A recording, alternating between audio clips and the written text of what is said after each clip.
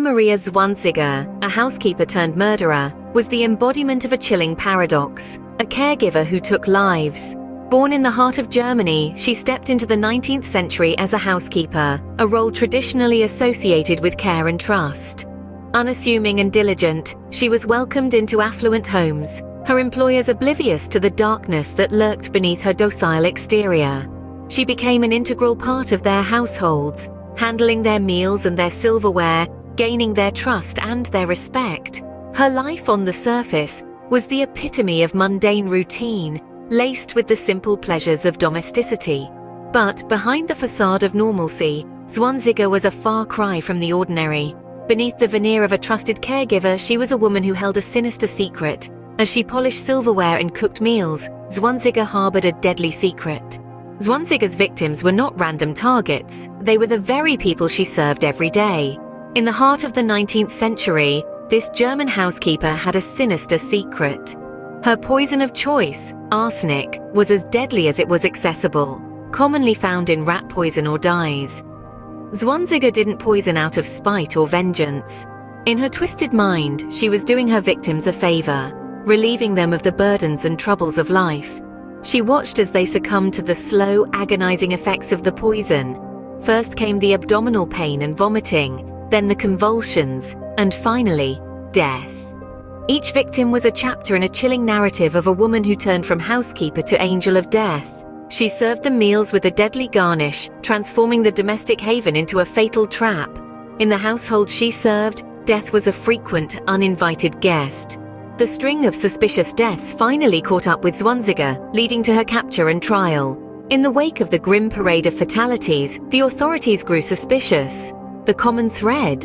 Maria Zwanziger, the seemingly dedicated housekeeper, present in each household at the time of death. A net of suspicion closed around her, leading to her eventual arrest. In the courtroom, the reality of her atrocities came into stark relief. The prosecution presented compelling evidence, connecting Zwanziger to the mysterious deaths. When confronted, she did not deny the charges. Instead, she confessed with a chilling nonchalance, recounting her crimes with an unsettling level of detail.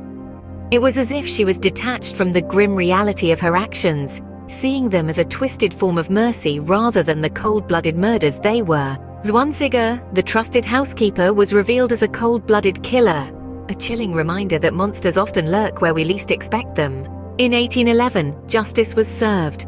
Zwanziger was led to the gallows, her crimes earning her a grim end.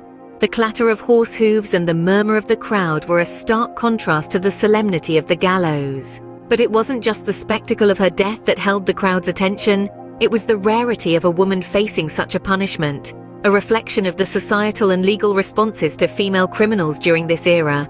The law had deemed her a murderer, and society had labeled her a monster. Yet the courts and the public grappled with the notion of a woman, a caregiver no less, as a cold-blooded killer. This struggle to reconcile her gender with her heinous deeds underscored the stark gender norms of the time. Even as the noose tightened around her neck, Zwanziger remained unrepentant, her chilling indifference seared into the memory of all who bore witness. In the face of death, Zwanziger showed no remorse. Maria Zwanziger left behind a legacy as chilling as her crimes. Her story, while horrifying, gave rise to early psychological profiles of poisoners. It illuminated the twisted motivations that can drive seemingly ordinary people to commit such heinous acts. Zwanziger was no monster in disguise. She was a housekeeper, a seemingly ordinary woman. Yet beneath the mundane facade laid a chilling disregard for human life. Her place in criminal history reflects the views of her era on justice and mental health. In the early 19th century, the intersection of crime and mental health was a murky domain. Zwanziger's case threw a stark light on this shadowy corner, forcing society to confront these complex issues. It challenged the conventional wisdom of the time, pushing the boundaries of societal and legal understanding. Zwanziger's story serves as a chilling reminder of the darkness that can lurk behind the most ordinary faces.